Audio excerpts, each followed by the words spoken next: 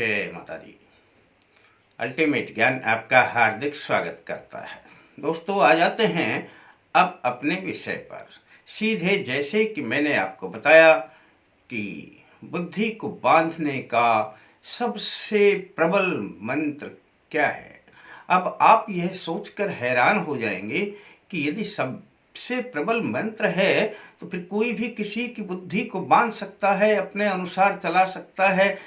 जी हाँ दोस्तों, यह बिल्कुल सत्य है और आप इसे मानेंगे भी और करके भी देख लेना। दोस्तों, जब मैं शुरुआत में अपने मंत्रों को डालता था, प्रयोग डालता था, तो एक बार मेरे पास फोन आने लगे कि जी आप वशीकरण के बारे में डालें, वशीकरण के ऊपर कोई अच्छा सा मंत्र डालें। तब वशीकरण के बारे में जो पहला मैंने वीडियो बनाया था इसी पर आधारित था। आज मैं इसी की चर्चा को थोड़ा सा आगे बढ़ाऊंगा और आप समझ जाएंगे कि बुद्धि को कैसे बांध दिया जाता है और आप भी बांध सकते हैं किसी की बुद्धि को। पर ये होगा सब कैसे? है बड़ा आसान, लेकिन थोड़ा सा आपने जिस हिसाब से मैं बताता हूं उस हिसाब से करना पड़ेगा। तो आ जाते हैं। अब आप सोच रहे होंगे कि क्या ये संस्कृत का मंत्र है, उर्दू का मंत्र है, या कौन सी भाषा का क्या मंत्र है कि मंत्र पढ़ा और बुद्धि बंद गई। दोस्तों, आपने कभी कई बार किसी जादूगर को देखा होगा। जादूगर बड़ी लच्छेदार बातें किया करते हैं। तो लच्छेदार बात करते करते अपने जो उनके पास कार्य करने की शैली होती है उससे वो अपना जादू दिखाते हैं और आप इतने प्रभावित होते हैं उनकी बातों से कि सचमुच में ऐसा होता है।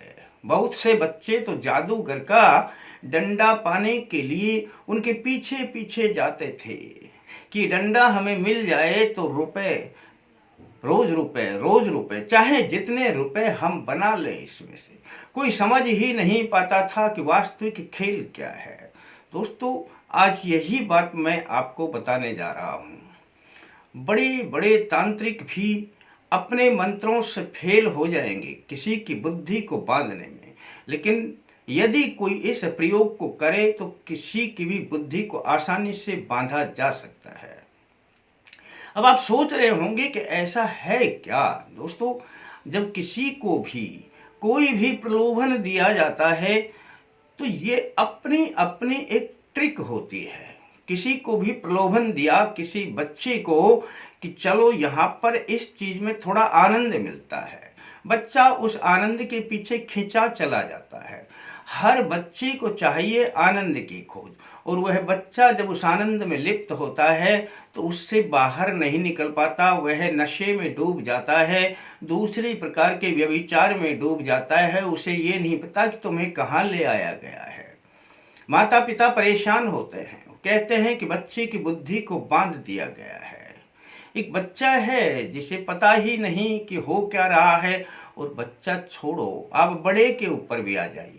थोड़ा सा बड़ा होता है कोई भी व्यक्ति, और उसे यदि कह दिया जाए कि आप इस रास्ते पर चलें, ये रास्ता बड़ा सुगम है, आपको मरने के बाद 70-75 आपको लुगाइयां हूरें प्राप्त होंगी, तो वह व्यक्ति भी बहक जाता है, बातों में आ जाता है, और यहां तक कि अपने मत मजहब अपने धर्म को भी छोड़ने को तैयार हो जाता है। वे उनकी बातों को अपना लेता है। आज यही स्थितियां पैदा हो रही हैं। बड़े से बड़े जो व्यक्ति हैं उनकी बातों का प्रभाव देखिए। स्वामी विवेकानंद जब बातें किया करते थे और बोलते थे तो बड़े बड़े देश उनकी बातों को सुनने के लिए अपनी सांसों को रोक लेते थे।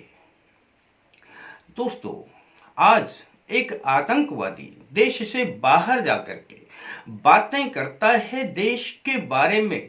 देश कहता है कि ये हमारे प्रति देश जहर उगलता है। हाँ, सचमुच जहर उगलता है, लेकिन उनके अनुयायियों से पूछिए, वो उसे अमृत वर्षा कहते हैं, क्योंकि वो उनकी बातों से प्रभावित हैं और वे उनके साथ लग करके अपना सब कुछ, अपना जीवन भी बर्बाद करने के लिए तैयार हैं। दोस्तों, यह है सब बातों का जादू, शब्दों का जादू। शब्द जिसके जितने प्रभावशाली होते हैं, उन्हीं शब्दों से वह उसको जकड़ लेता है, वह उससे बाहर नहीं निकल पाता। आज उन्हीं शब्दों के बल पर आज जितने भी ये मानव बम दस्ता बनाया जा रहा है, स्वयं आत्मघाती दस्ता, इस शब्दों के बल पर ही बनाया जाता है। शब्दों के बल पर माइंड वॉश कर दिया जाता है। शब्द ही बहुत बड़े जादू का काम करते हैं। पर शब्द बोलने की शैली, शब्द बोलने की ताकत होनी चाहिए।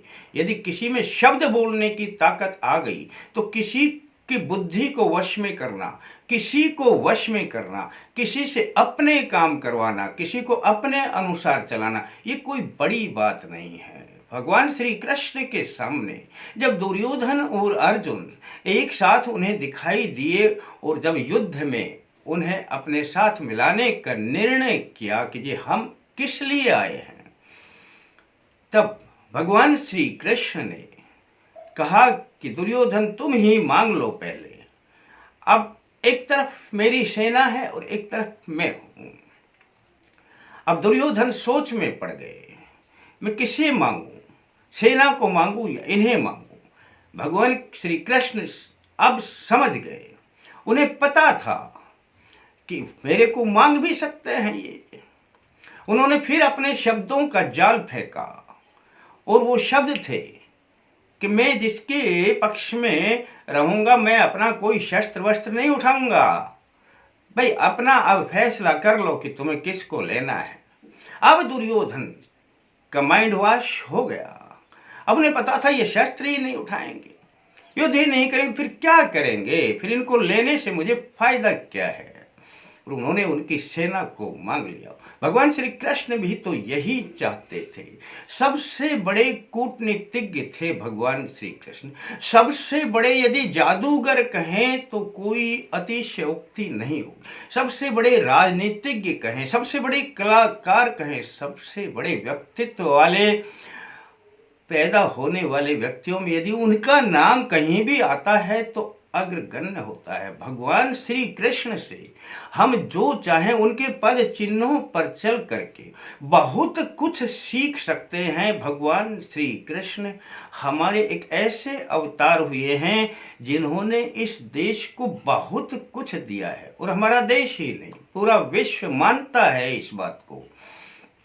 दोस्तों, यदि आप अपने शब्दों में बल रखते हैं, यदि आप शब्द बोलने की अपनी कला रखते हैं, यदि आपके शब्द दूसरे पर प्रभावित करने लग जाते हैं, तो समझ ले आपका शब्द ही एक जादू का काम करेंगे, मंत्र का काम करेंगे। और यदि इन्हीं मंत्रों ने आपको बांध दिया है, तो अब आप बाहर कैसे निकलेंगे।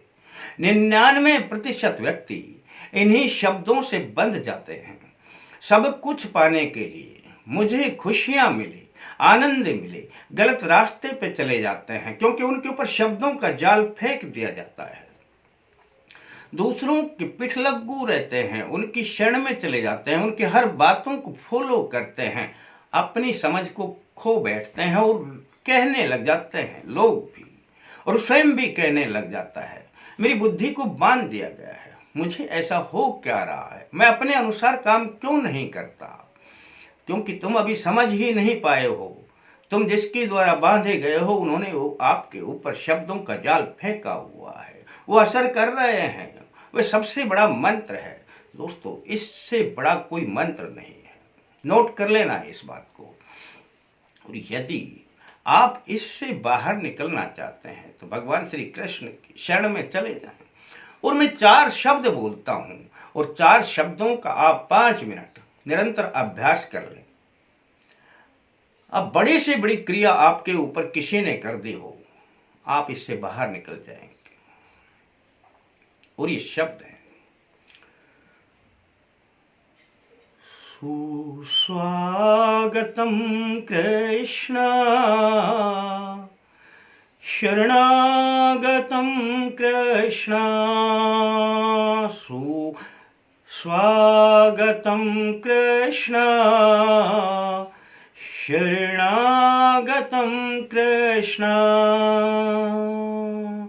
5 मिनट इसी अंदाज में लयबद्धता के साथ कर ले, आंखें बंद करते हुए लयबद्धता के साथ करते हुए कृष्ण के चरित्र में खो जाएं, कृष्ण के ध्यान में खो जाएं। और जब आप ऐसा करेंगे तो आपकी बुद्धि पर किया गया कैसा भी प्रभाव, ये तो मैं शब्दों की बात करता हूं जो 99% किसी पर असर डाल चुके हैं, लेकिन 1% चाहे कैसा भी किसी पर कोई प्रयोग है भी, तो भी इन 4 शब्दों से वह बाहर निकल जाएगा। दोस्तों कर लेना, रास्ता इतना आसान है, और कुछ दिन प्रयोग करके स्वयं ही मेरे को बता देना फायदा कितना हुआ है। भाई नहीं करते हो तो आपके ऊपर है। अब अच्छा लगता है तो बता देना किसी को, नहीं बताओ तो कोई बात नहीं, लाइक का ध्यान रख लेना। फिर मिलते हैं दोस्तों नए अंक के साथ, तब तक के लिए जय माता दी।